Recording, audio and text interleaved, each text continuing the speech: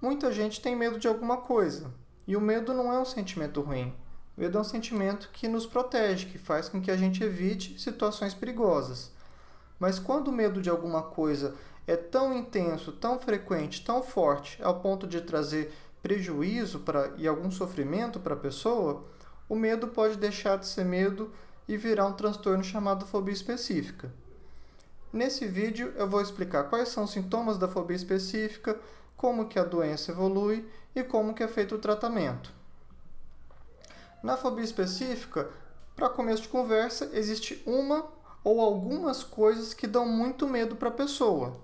Pode ser um objeto, por exemplo, medo de alguns animais, medo de seringa, de sangue. Pode ser uma situação, como por exemplo, medo de altura, medo de ficar preso, medo de tempestade. E por aí vai. Quando a pessoa entra em contato com o objeto ou a situação que dão medo, ela vai sentir muito medo, vai sentir muita ansiedade e pode até mesmo ter um ataque de pânico. O objeto ou a situação que dão medo vão ser evitados. A pessoa vai fazer todo o possível para evitar o contato com aquilo. E esse medo é desproporcional, é exagerado em relação ao perigo real da situação. Se é uma situação em que realmente tem que ter medo, você não vai pensar que é uma doença e sim um medo normal.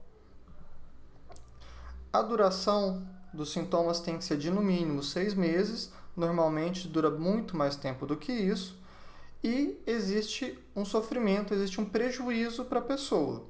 Quando não existe nenhuma forma de prejuízo ou de sofrimento, você vai pensar mais no medo normal do que na fobia específica.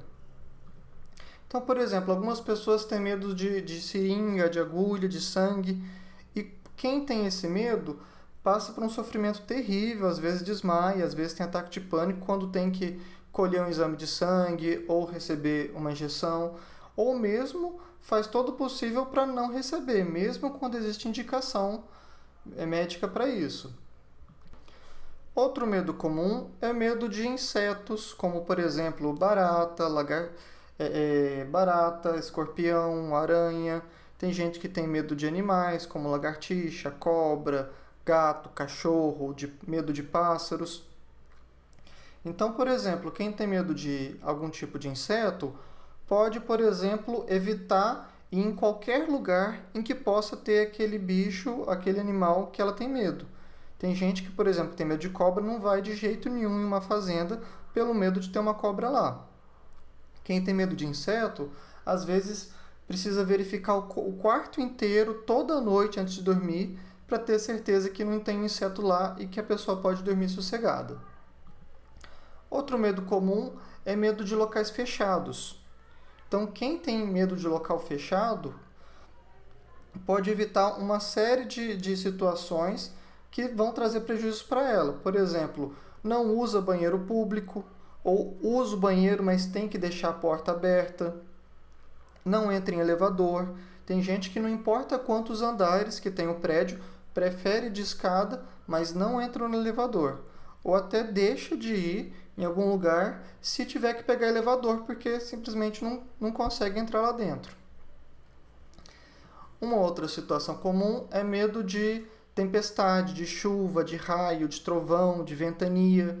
Então, algumas pessoas, quando sabem que vai ter alguma tempestade, já ficam muito ansiosas por antecipação. Quando acontece, se trancam dentro de casa, desligam todos os eletrônicos, param tudo que está fazendo para se esconder. Tem gente que esconde debaixo da cama, dentro de um quarto, e não consegue fazer nada enquanto não passa a tempestade. Ou então deixa de sair de casa por conta disso e só sai quando o tempo está bom. Não sai de jeito nenhum enquanto está chovendo. Então, assim, os medos na fobia específica, eles são claramente muito exagerados e vão trazer alguma forma de prejuízo. Às vezes a pessoa lida bem com medo não por enfrentar, mas por conseguir evitar o medo de forma fácil. Por exemplo, alguém que tem medo de altura e mora na zona rural ou mora numa cidade muito pequena em que não tem muita altura para pegar, às vezes consegue evitar bem. Uma pessoa que tem medo de avião, por exemplo, e não tem que pegar voo, acaba não tendo muito problema por conta do medo, mas é por causa que ela consegue evitar muito a situação e não por estar enfrentando o medo de avião. Essa doença pode começar depois de um evento traumático, que normalmente acontece na infância, mas isso não é obrigatório. Então, por exemplo, às vezes a pessoa foi atacada por um cachorro e depois fica com medo de cachorro. A pessoa quase afogou numa piscina e a partir de então fica com medo de água, fica com medo de águas profundas. E por aí vai. Então é comum acontecer um trauma, mas não é obrigatório. Normalmente, esse transtorno começa na infância, mas isso também existem exceções, tem alguns casos em que o medo começa na idade adulta e podem acontecer da pessoa ter vários medos ao mesmo tempo. Por exemplo, é comum a combinação de ter medo de mais de um inseto, mais de um bicho ao mesmo tempo, ter medo de altura e de lugar fechado, ter medo de sangue e de seringa. É comum acontecerem comorbidades psiquiátricas, a pessoa ter outros transtornos de ansiedade, depressão, são comuns de acontecer em quem tem fobia específica.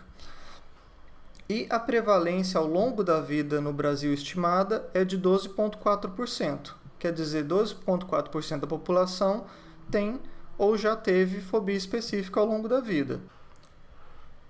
E o curso é um pouco variável. Alguns casos vão ficar livres dos sintomas à medida que a criança cresce. Outros casos, o medo vai persistir na idade adulta. Quando persiste na idade adulta, o curso costuma ser crônico, a não ser que a pessoa faça o tratamento. E o tratamento é feito com psicoeducação, explicando como que é a doença, como que ela evolui, como que é o tratamento. E a principal forma de tratamento é a terapia. Terapia, sem dúvida, é o que mais pode trazer benefício, tanto a médio como a longo prazo. Uma vez que a pessoa aprende a enfrentar o medo e vai quebrando um ciclo psicológico que perpetua o medo, ela deixa de ter aquilo e consegue passar a enfrentar os medos dela sozinha para o resto da vida. Mas em alguns casos pode ser necessário usar medicações. E as principais medicações que se usa são os antidepressivos.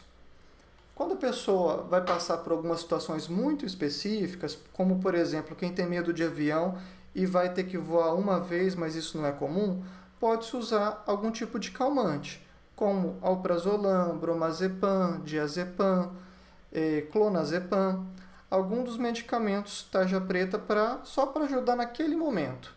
Mas isso é quando a pessoa entra em contato com medo de forma muito esporádica. Quando o contato com medo é frequente, a medicação tem que ser antidepressivo.